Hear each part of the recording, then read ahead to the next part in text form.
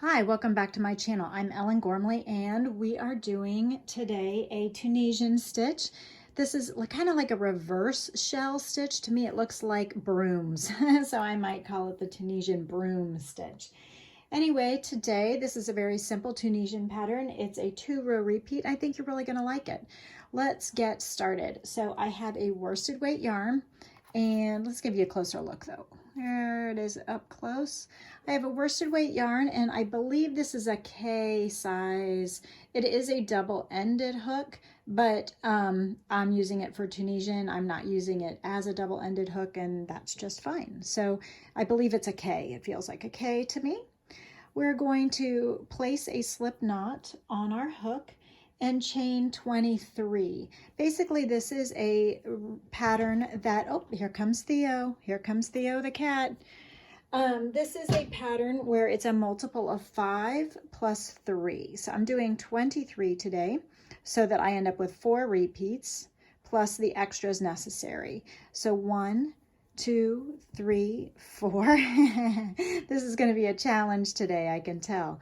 5, 6, 7, 8. And he is messing with my tension. That's the only reason that I find it annoying that he's up here. But I know it's nice for him to have a cameo appearance. Let me put him down. Theo is being quite naughty today. Theo, Theo, Theo. And there he goes. Okay, where were we? Do you have this problem at your house? Do you have pets that interfere? 223. And it is interesting because usually with Tunisian, you chain the exact number that you need. You don't usually need multiples, but for this one you do, because immediately we're starting with a shell. And do I have this whole thing upside down? No, I don't think so. I don't think it's upside down. Okay, so we are starting with a pulling up loops in the 3rd chain from the hook. So let's see, pull up a loop.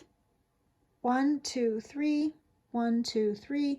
In the 3rd chain from the hook, we are pulling over, inserting the hook in the back ridge, pulling up a loop, yarning over, pulling through just 1 and leaving it there. Okay? So in each chain across, we're inserting the hook, yarning over, pulling a loop through the fabric, pulling up a loop, yarning over, pulling through 1 and leaving it there. So I don't know what this is called exactly. In this pattern, it's just, it's kind of like a extended single crochet that's not finished, but we are pulling up a loop and the forward pass and yarning over and pulling through 1 loop, chaining once essentially. So we're essentially inserting the hook, pulling up a loop, chaining 1 in each chain across here. And that's going to give it this stronger, firmer foundation down here, but we're going to repeat this method of picking up loops for all the subsequent rows too. It's not just this foundation row. And that's what's different about this pattern and why I thought you might like it. So I'm leaving these loops on the hook. Hopefully you can see well with the purple. It's a little bit darker than what I usually use, but I was in a purple kind of mood and I wanted to show you something other than the blue. So let me move the blue swatch out of the way. Maybe that'll give us, I do this every time, don't I, friends? So let's see here. Give you a good look at it. We're still pulling up a loop in each chain across and yarning over and pulling through just 1 loop on the hook, which is a chain. It's the same as a chain. And here comes Hobie the dog into the room, so we'll see what happens here. Okay, just gonna continue all the way across. Thanks everybody for subscribing and liking this channel. I appreciate it. It's nice to have a community. The bigger, the better. The more, the merrier, and all of that. Leave comments. I tried my best to answer questions and like comments, so I appreciate it. Did I just slip through? Nope, I didn't. Okay, so this is what it's looking like. Got just a couple more here to go. So as I have a few more here, insert the hook in the back bump, back ridge, back loop of the chain, yarn over, pull up a loop through the fabric, and then chain one, yarning over and pulling through just one and leaving it there. That's what we are doing. We're doing it one more time in the final stitch. Now the return pass of this pattern is super fun. Now we have two different return passes.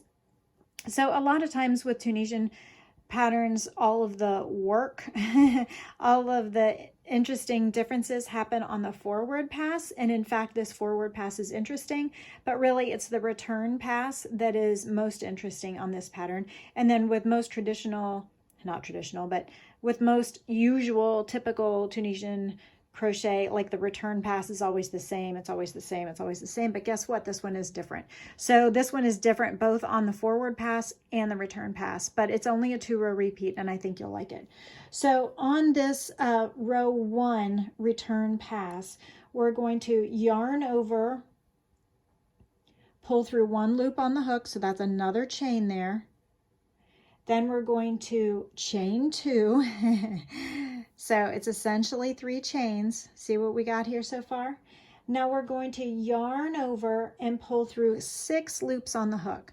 So when I yarn over, it's going to pull through 1, 2, 3, 4, 5, 6. So have that in mind visually so that you know what you've got here. So the first 6 loops on the hook, I'm going to yarn over and pull through all of them.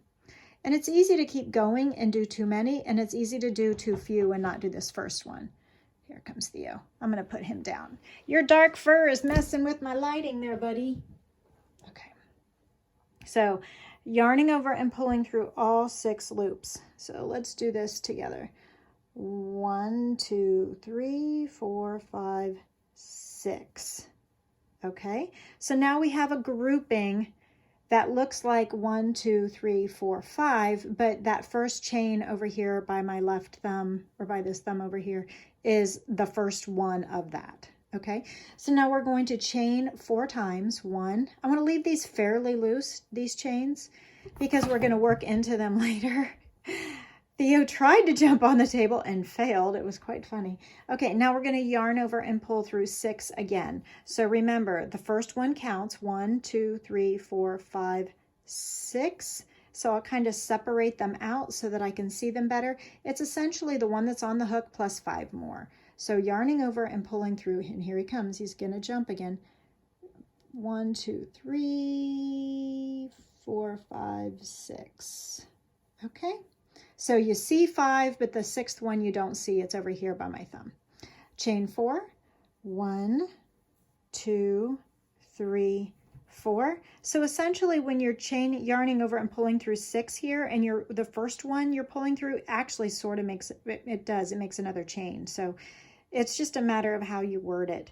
So we're going to pull through 1, 2, 3, 4, 5, 6. I kind of have the target here with my thumb just to give me a guide of when to stop, and pull through all of them. And then count and make sure that I have 5 that are standing up like spokes on a wheel, and the 6th one is hidden over here. So chain 4. 1, 2, 3, 4. And I would put him out and close the door, but then he'll just whine at the door and make a nuisance either way. Okay, so yarning over, seeing my target here, 1, 2, 3, 4, 5, 6, that is correct. Yarning over and pulling through all of them, all in one long motion or in 6 short motions, I don't care. And then we will, the yarn over, which is a chain, yarn over and pull through the last 2 loops. Okay, so here, and this one got a little wonky on me, didn't it? It got a little loose with all the craziness, but it's okay. We're going to keep going. So that is completed row 1 with a forward pass and a return pass. Now row 2, we're going to chain 1, which we don't normally do in typical Tunisian crochet because these rows are taller and they need a little extra height. So I added a chain here. And now we have to be careful to fit in 2 pull-ups right here in the space between my thumbs, 1 in each of the 2 chains. So I'm going to insert the hook in one of the loops of that chain, yarn over, pull up a loop, yarn over, pull through 1. Okay, so it's the same thing as we did on the first forward pass for row 1. So make sure you get 1 there, yarn over, pull up a loop, yarn over, pull through just 1 on the hook because you're making a chain. Okay, so now we have 3, 1 for the first stitch and 1 for each of the 2 chains. We're skipping the shell. So that loop there that bound all those together, that chain that bound all those together right there, I'm squishing it so you can see it better, we're skipping it. And instead, we need to make sure and not skip this little one that gets hidden right next to the shell, because we're going to do 1 pull up in each of the 5 chains. Now remember, we only chained 4, but the one that was on the hook counted as 1, and that's why there's 5. So 1, 2, 3. So I'm being careful to count each and every chain. It is not good enough to put 5 loops in the chain 5 space. Okay, it needs to go 1 in each. Okay, so I have 1, 2, 3, 4, 5 in between the shells, so I am good to go. I'm going to skip the next shell because that's what we're doing in this pattern. Be careful not to miss that one that gets a little tight and nestles before the shell. That is easy to do, I found, so that's a tip for you. My yarn is tangled. I'm untangling my yarn a little bit so I have more to pull from. No, don't mess with me now. How's your day going? Is your day going better than mine? No, it's fine. It's fine. Just want to untangle. There we go. Untangle some yarn so that we can keep going. So I got the first one nestled, so I need to make sure and do 4 more. Yarn over, insert the hook, yarn over, pull up a loop, yarn over, pull through 1. And do it each time. Did I get that one already? I did. Okay, so make sure you get one new stitch for each of the chains, and then go back and quickly check your work. Make sure that you have 1, 2, 3, 4, 5 for the 5 that are in between the shells. Skip the shell. And then remember to make sure and pick up that one that's nestled somewhat more snugly there. So we're still inserting the hook in 1 loop of the chain, yarning over, pulling up a loop, yarning over and pulling through 1, which is a chain. It is a chain. Chain 1, insert, pull up a loop, yarn over, pull through 1, insert, pull up a loop, chain 1, same thing. Okay, so in between the shells here, I've got 1, 2, 3, 4, 5, right on target. Skip the shell, and in the last couple chains, we need to do 1 in each of these next 3 chains. Remember, we ended up chaining 2 before we did that return pass. I don't know if you remember, but there's 1, 2, 3 here. Now on this particular pattern, I don't want you to get caught up in counting these loops, the loops that are on the hook after the forward pass and before the return pass, because it seemed like it varied to me when I was doing my swatch. So on one of the rows, I had 21 loops, but then on the next row, I had 22, but it all worked out. So it's magic. I have no idea. So don't get like super rigid about counting your loops here. If, as long as it's working out, then you must be doing it right. And if you are counting your loops and find that one row has 21 and one row, the next row has 22, then you are on the right track, because that's what happened for me. But somehow it works out. Okay, so we're still on row 2 now. So to do the return pass, we're going to chain 1, and we are going to yarn over and pull through 3 loops on the hook. So we're going to pull through 1, 2, 3. So we're making a half shell essentially, because these shells are offset like bricks. Now we're going to chain 4, and then we'll end with a half shell as well. But in between, we will see, like, let me show you the example. So we have a half shell right here. This is what we're making right now.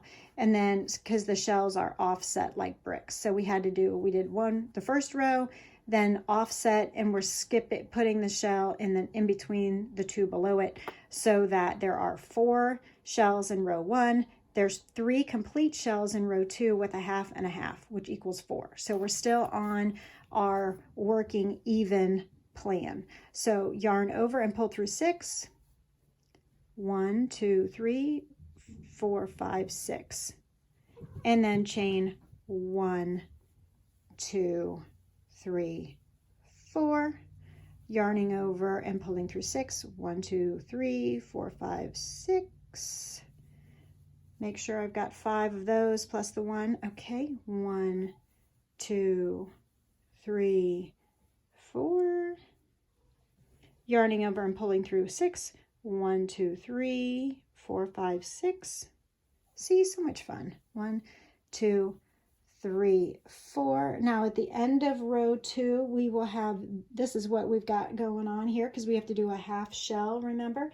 So at the end of row 2, we are going to yarn over and pull through 1, 2, 3, 4 all in one fell swoop and be done, because that's our other half shell that is the bookmark on the other side. So here's a half shell and here's a half shell. Okay, so we are right on our target. You now know row 2. Row 1 is kind of a foundation row, so we're not going to repeat that one again, but row 2 we will repeat after we do row 3. So let's do row 3 together. We're chaining 1. Remember, what have we done traditionally or typically? We've skipped the first shell, and we're going to, in fact, skip this first shell again, and instead make sure and pull up a loop with the extra chain in each of these. Oh, did I chain 1? I don't think I did. Maybe I did. I did. Okay, it's just I pulled it tight. Okay, I did. It just pulled it tight. Okay, insert, pull up a loop, yarn over, pull through 1. We will make sure to get 5 in between the shells. And I'm calling them shells, you know what I mean. It's like a grouping. It's a grouping.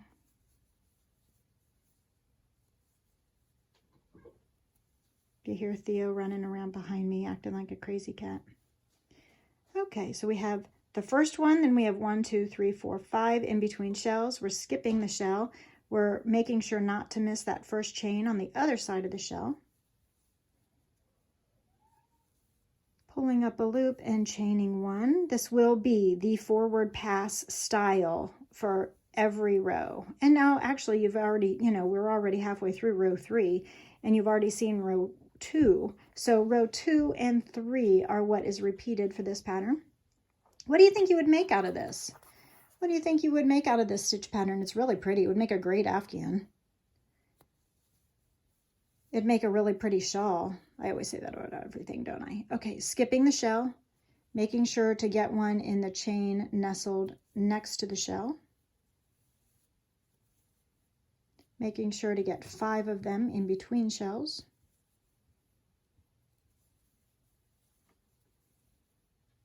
Yeah, I'm curious what you would do with this little pattern. If we had much tinier yarn, I could see it being a sweater. I don't know, would you make a sweater out of worsted weight? 1, 2, 3, 4, 5 in between shells, skip the shell. Make sure not to miss that first one on the other side of the shell. 1, 2, 3. I don't think I would make it for a baby sweater because I'd worry that the baby's fingers would get all stuck in the yarn. If it was a much smaller yarn, I could see maybe doing it. Okay.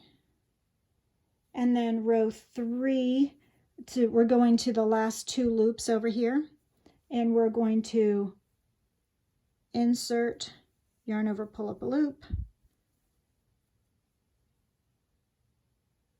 insert, yarn over, pull up a loop. Actually, we're just doing 1. We're just doing 1 here, sorry. We skipped the chain, we skipped the shell rather, and just did 1. So let's see how many loops, just out of curiosity's sake. 2, 4, 6, 8, 10, 12, 14, 16, 18, 20, 22. And I could have sworn on the last one I only had 21. So let's go ahead and keep moving here.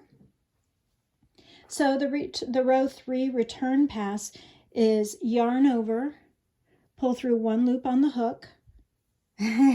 Then chain 2. I don't know why we don't just say chain 4 because I don't know why. Yarn over and pull through 6 loops on the hook. So let's give ourselves a target. 1, 2, 3, 4, 5, 6. So I'm kind of making a gap here, and so I know like kind of when to stop and pull through all the loops on the hook. All right, so you can see they're starting to offset nicely now. So chain 1, 2, 3, 4.